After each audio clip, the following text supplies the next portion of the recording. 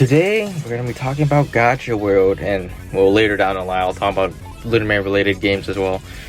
Have you been on this channel for a bit? I've been doing some Gacha World shorts. I got like 2 shorts going on. Anyway, I just want to talk about this game since I played this since I was a little wee lad, the experience. Well, Gacha World was always a niche, free-to-play gacha game. My little self was pretty much grinding it non-stop until I had to fight the true final boss. It was like, god damn it, bro, I can't do this. That's fucked up. The story is pretty simple, just fighting the corruption that infected each world. Although I should let you know ahead of time, you should probably only level up and awaken the main units from Gacha Robo to Lilith. Anyway, since I picked Gacha World back up, I pretty much played it for like half a month by now. I tried to design my summoner based off of my character, my OC, the storyteller, and my little fucking gacha studio vessel back in the days, bro, back in the days. Pretty dope.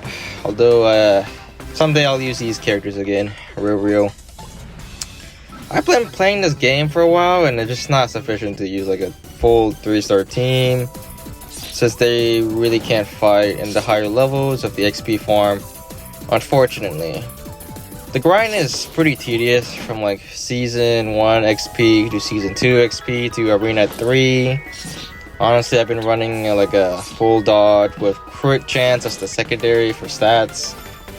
It's kind of questionable whether it actually works from like the beginning of the grind. But it's pretty good, pretty dope down the line, not gonna lie. My suggestion would be to go down a level if you can't beat the current one. What is important is gem farming, so that's pretty much how I got most of my money, to be honest with you. I'm just gonna tell you straight up, if you like this game, just buy the starter bundle. It gives you the option to auto battle, as well as so you can actually just like fucking AFK farm when you want to sleep rather than like actively play it. You're gonna need a hero such as Dice as your leader if you can't get him for some reason. There's Chocolate Clover, the 6 stars gem hero or unit, I don't know what word to use, as well as Lady Luck as the last gem hero you could use. You could upgrade your stats in the shop equal to your level, as well as like awakening units with the gems and money, of course. The gameplay is pretty much what you would expect. AoE units are very important. What's also important is multi-striking units, very goated, especially with bosses. I'm not gonna lie to you, bro. Ever since I was using that 3-star only team, I had a problem dealing with Kilios. I had to like awakening those 3 stars. And that just wasn't enough when I get to like fucking Nova Blade, bro. Admittedly, they just weren't strong enough, man. And I have to use the 5 stars for now. I wanted to max out every unit like Lil Bean, but I ain't gonna lie to you, bro. That's probably gonna take like another month or so. I don't even know if I want to commit that deeply to it. The meta story. Well, before there was Lunime, there was Cyan Productions. Cyan P for short. It is as you expected, a group of people that specialize in games that are Cyan themed, presumably. Judging from the Gacha World chapters, there's some decent projects that were cancelled. Most of the footage is from Super Mastodon, who will archive this experience through these games. X-Core, which I learned is an actual parkour racing game where people compete against. Presumably, Elementia is more of an extension of Chibion, a classic hero versus Demon King RPG. Federal City is pretty much from Put the Record On, a beat-em-up game. And finally, Neon City, which is likely from Colorburst, and I'm not gonna lie to you, Chief. Colorburst is pretty much a collection of mini-games. There are some like beat-em-up or parkour elements, but it generally just consists of games. You just broad games, I guess. I don't know what to tell you about it. Alright, so regarding there are some mobile games before they transitioned. They were on the Google Play. They were called The Old Lunime. They had 2 games. of note, two games that seem important. Jet Ace, which is a parkour game, and Cyanity, which is pretty much an RPG arcade, I think.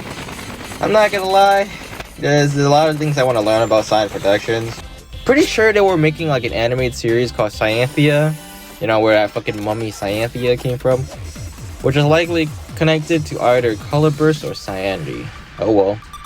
Anyway, because of these cancelled projects, what rose from the ashes was Gacha World. Everything was pretty much a hard reset, not gonna lie, although the spirit of fucking Cyan Productions still remains. The potential. Well, there were some projects that came after Gacha World, as well as spin-offs. The most important one is Gachaverse, which was originally called Gacha League, judging from the challenge quests. It's still not entirely sure if it's a sequel or a prequel. I'm not even sure this... Well, either way, this game is directly connected to Gacha World, being that you are the Dark Summoner, guided by the Corruption Fairy, V. This project is pretty much canned, as the studio took more priority, and I've had to guess, as well as a supposed combat was carried over to Gacha Club. Man, this game is like fucking empty as fuck, bro.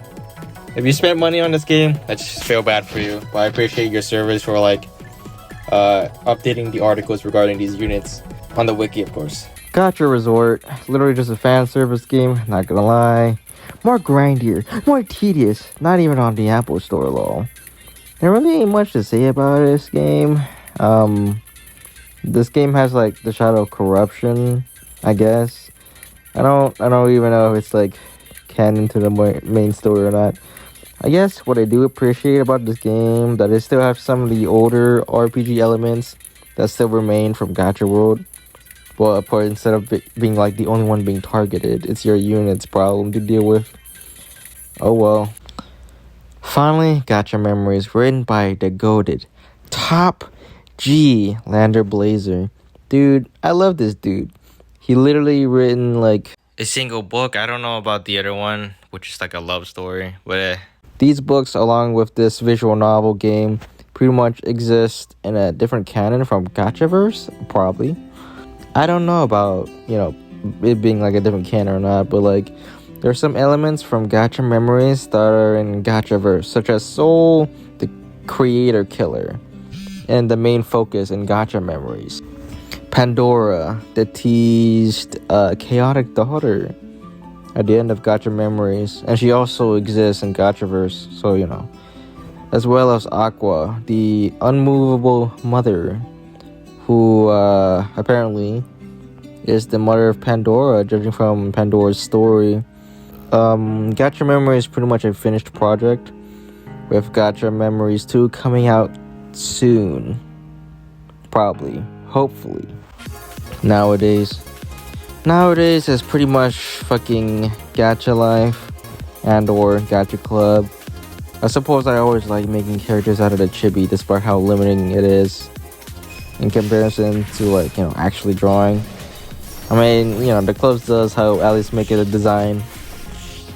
Man, some people are absolute menaces making works of art, and freaking Gacha Life 2.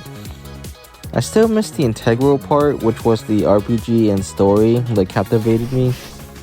Rip Gacha Club for still being incomplete.